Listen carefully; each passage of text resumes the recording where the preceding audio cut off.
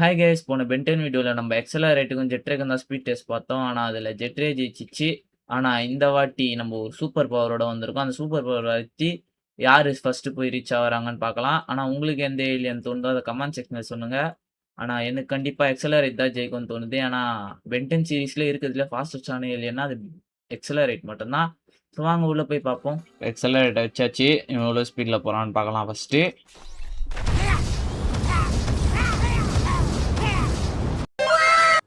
ஸ்ட்ரெயிட்டா முகுறோம்.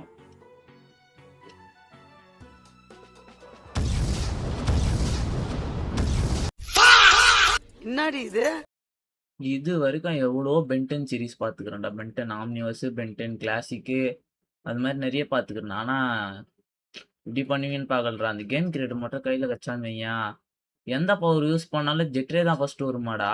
அதுவும் ஒரு செகண்ட்ரா. ஆனால் இப்படிலாம் பண்ணாதீங்கடா.